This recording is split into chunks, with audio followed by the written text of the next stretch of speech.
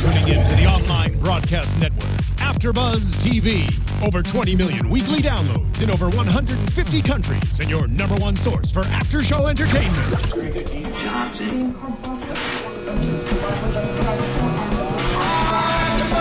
AFTERBUZZ TV, the destination for TV superfans, producing aftershows for over 300 of your favorite TV shows, interviewing celebrities and showrunners, and bringing you behind-the-scenes exclusives. All thanks to E! Entertainment's Maria Menounos, producer Kevin Undergaro, and internet leader Akamai.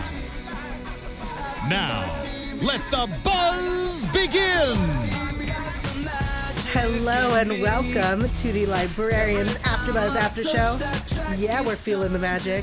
I'm your host, Yael Tygiel. With me today, Sam Davidson. Hi, guys. We're talking about the Librarians and the Horns of Dilemma. Sorry, I love this show so much that I get so excited every time. I know. I love this show. It is. But she's so passionate. I really like it too, but you know everything. I do. Before we get into this episode, the third episode of the first season, I want to address the fans. We heard your concerns. We appreciate your concerns. We do. A lot of people were upset that we had not seen the movies.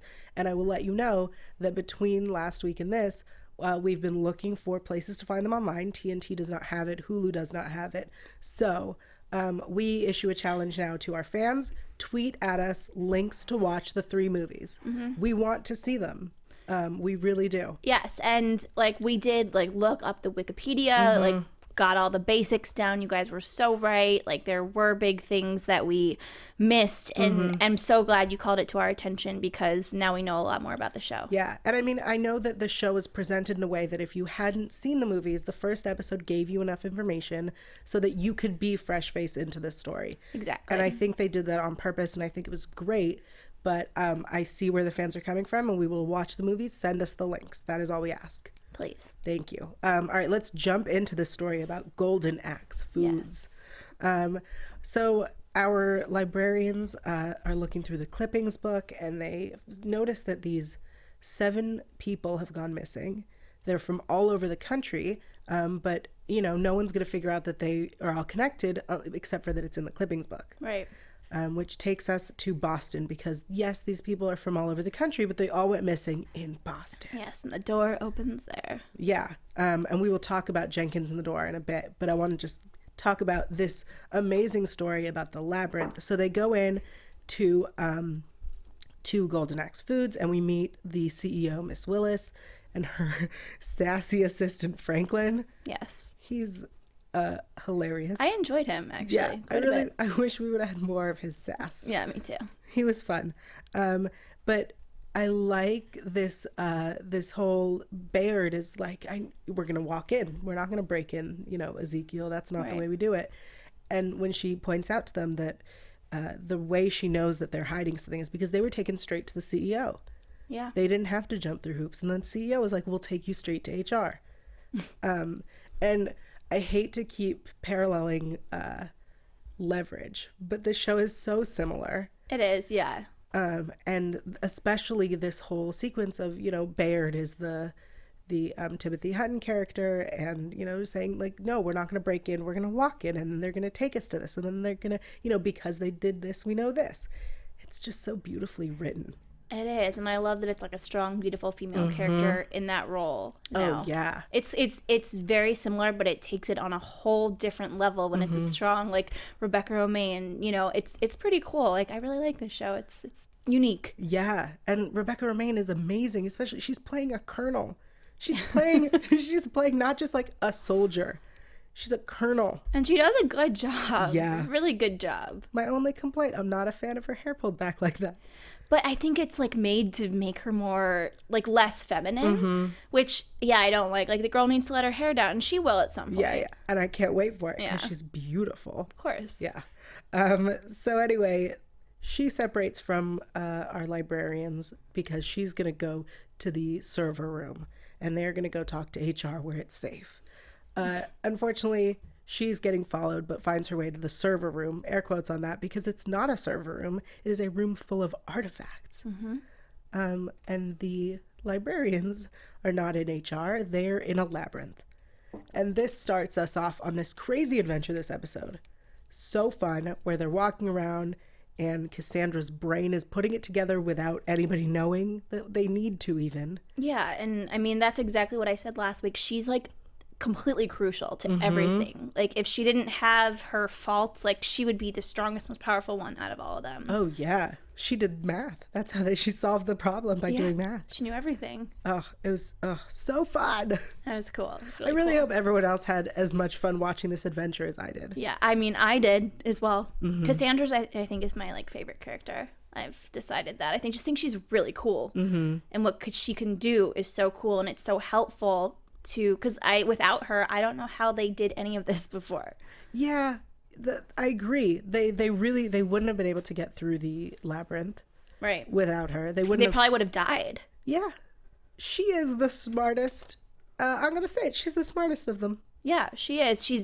She's not completely rational all the time, which completely gets in her way. And if she was the best and the smartest out of all of them, it would kind of be boring to watch. So, and I like that she has her faults, but and she doesn't even, she knows how powerful and cool she is, but like she doesn't, you know? She doesn't really realize how important she is. And I think this is the episode that everyone else started realizing how important she was. Oh, yeah. And we'll talk about the character developments, but, you know, when they are going through the labyrinth, when they finally get back into the annex and then realize they have to go back to the labyrinth again, and then realize they're in the labyrinth, and, you know, she and Ezekiel have to go off on their own because they are the ones who can do what is needed. Right. Where Baird and Stone have to distract the minotaur. Let's talk about this minotaur who can't be shot or can't be killed. And I want to talk real quick about Rebecca Romaine pulls a Mystique move when she's shooting him and then slides underneath him. Yeah. I was like, wait, I've seen this. Mystique did this. I'm sure she was like, ooh, wait, let me tell you what I could do. I'll just slide underneath him. And they were like, what are you talking about? She's like, no. Watch. I've got this. It's her like signature move now. Yeah. I hope she keeps on doing it. Oh, that'd be amazing. Yeah, that'd be really cool. Every episode she slides underneath someone. Yeah. Some deadly creature. Yeah. That'd be really funny. Sorry, this show just got weird and repetitive, but awesome in my head. It is weird. I love this show. It is. So the Minotaur, when they're out in the real world version of the labyrinth, takes a human form. Creepy human man. A terrifying human man. Yeah. Who is huge. And just so we remember, Minotaurs holds grudges. He's angry. Yeah. We get told that like 3 or 4 times. And as soon as, you know, when we're wrapping up the story at the end, I was like, oh, I get why we kept getting told that it holds grudges. Yeah. Amazing.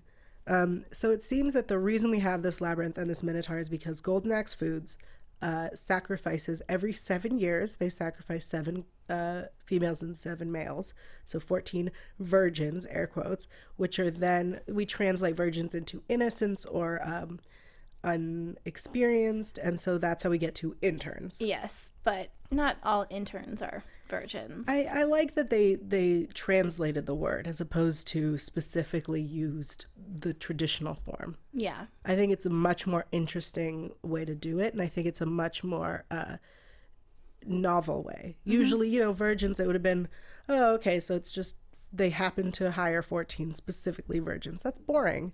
Yeah. The idea that they translated this into a way that works for them is very clever. I agree. So the Minotaur has to have these virgins as sacrifice, and that is why Golden Axe Foods has continued to be successful over the last 3,000 years. Through droughts, through famine, through whatever, they have, you know, profited and done well. Yeah. What a weird idea.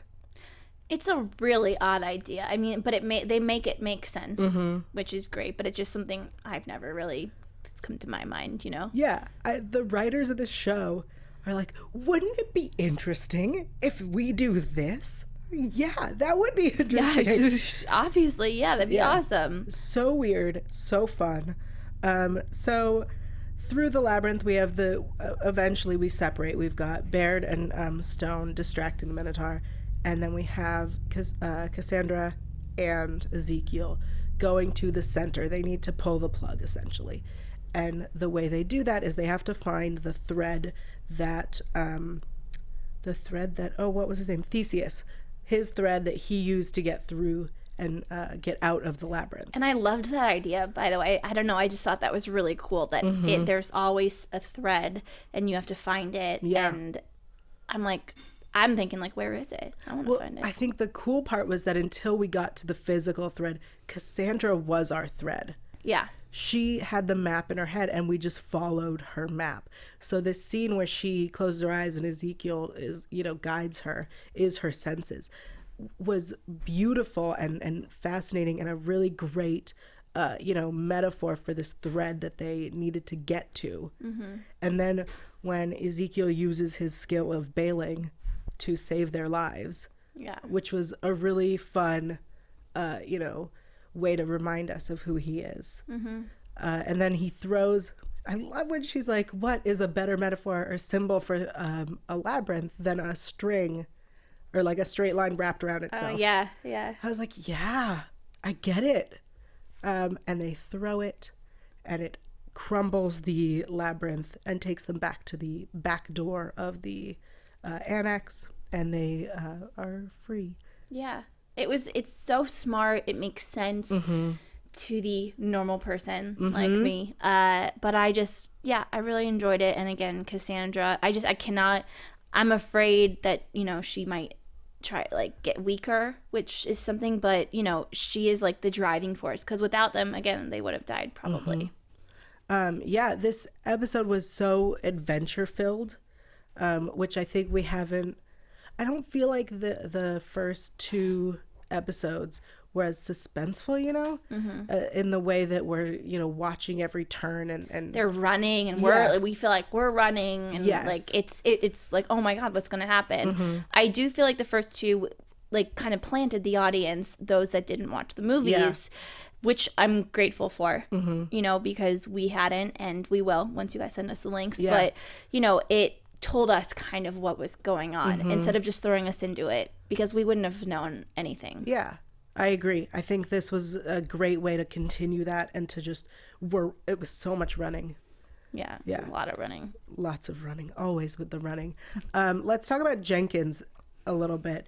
He lets us know that, Judson's way of running the library was that you go out, you get these artifacts, and you store them. You keep them safe, you put them on display. That's what you do. Jenkins, on the other hand, likes to experiment on the artifacts, which is different, again, from Flynn, who's always running around, saving the world, gathering the artifacts. Well, it's like, what do you do with them once you get them? It's kind of having like a ticking time bomb, because someone's going to be after it at some point. They're going to want it.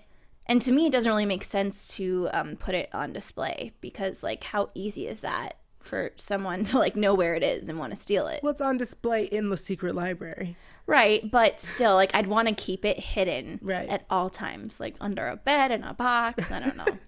Well, I like that we have, as we see them try to change the way we look at the librarians with these new librarians coming in who, it's no longer you're one person thrust into it. Now you're a team of people and you're trained before you get thrust into it.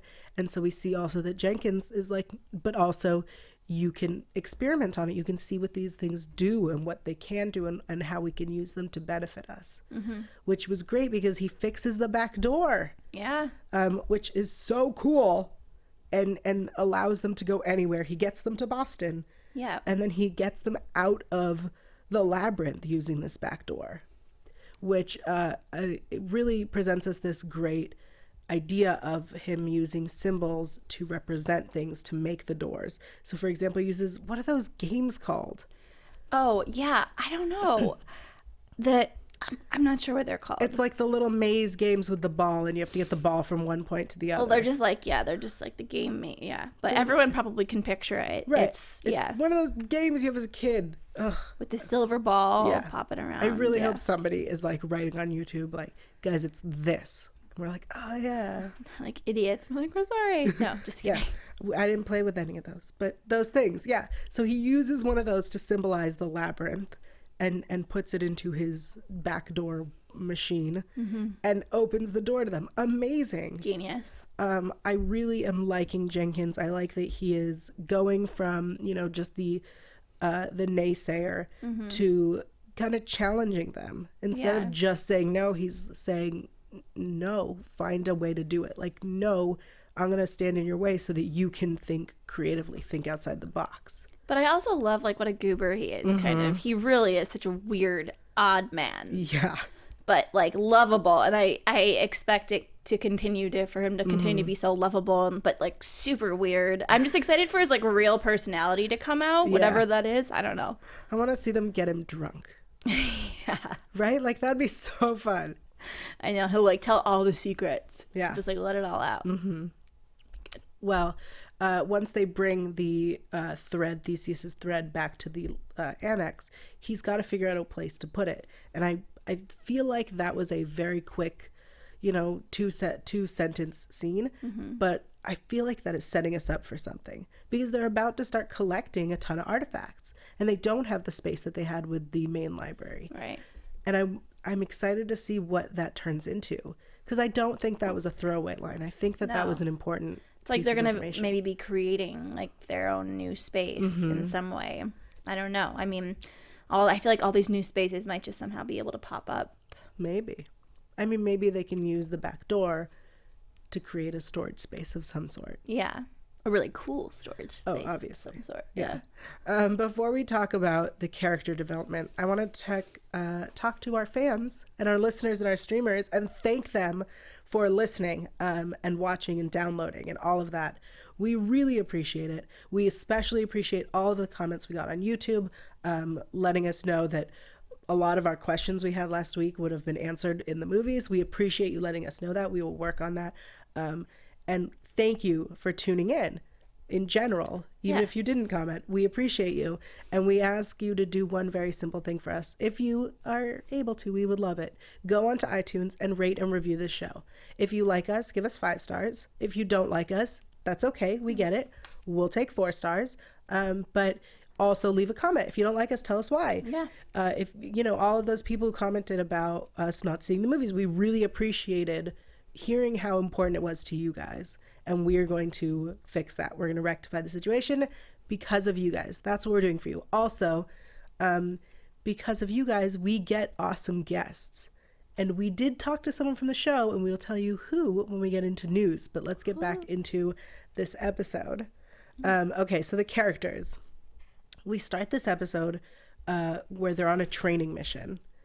And Bayard is trying to see what they can do, what their strengths and weaknesses are. And it kind of reminded me of last week when we talked about how they were each described. One is the one whose gift is killing them, one who ran from their gift, and one who abuses their gift. So this episode, we get the one who is always trying to fight, the one who's always running away, and the one who hides. Right. I feel like by the end of the season, we're going to have a list of things describing the way they were and the way they are. Yeah, because you already start to see their transition by episode 3, which is like they're all really starting to change, and they're still who they were, but you know that, like, they're going to continue to build, and their relationships with each other are going to grow, and it's like they are helping each other turn into different people. Yeah, it's really amazing because we see that, Stone is told, fight smarter, not harder. You don't need to punch everyone. You need to figure out a way to deal with this. And then he, when we're fighting the Minotaur, he is the car and the truck, and he goes, I'm fighting smarter and harder. Yeah. And we're like, progress, character development. And Bayard has to be reminded that they're not soldiers. She tries to give them orders, and Cassandra says, I'm not a soldier. Yeah, and I love that. And I thought she was going to get yelled at first, and then she didn't. And I was like, I'm so glad that Bayard was like, you're right. Yeah. You're not soldiers. And they listen to each other, it seems, which is really cool. Yeah. I feel like this team they're like the goofy team of misfits that come together and become this, like, badass, powerful team that, like, all together, like, they can take on anything. So we have Ezekiel, who bails at every chance he gets. Right. And I think the conversation he has with Cassandra when he talks about how he would have, if he were in her situation, he would have totally bailed. He would have taken the power for himself, saved himself, and left. And I think that, you know, he's gonna realize that this is his family and that these are the people he can trust and rely on. Yeah. And I can't wait to see where it goes, but I think we're already starting to see it, especially in the last fight when he's fighting with Willis and he bails, quote unquote, but is like, nope, I hid. Yeah, he's like, I'm still here, guys. Yeah. I didn't bail. And he's like proud, you know? Yeah. But it's good because, I mean, I feel like the characters rub off on each other in the best ways. Yeah.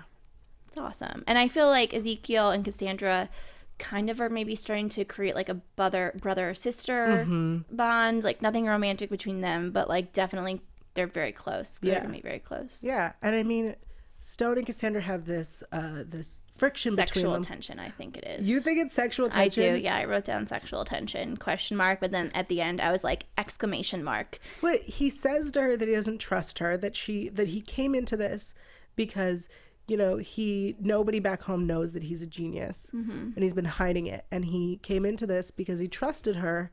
And then what did she do? She turned on them, which is true. And we talked about it last week that she's got to do a lot to get them to earn her trust. And I feel like this episode was supposed to be the episode where we realize that she has learned her lesson and that we're supposed to trust her now. But some of us are like the Minotaur and hold grudges. And like personally, I see how much she helped us.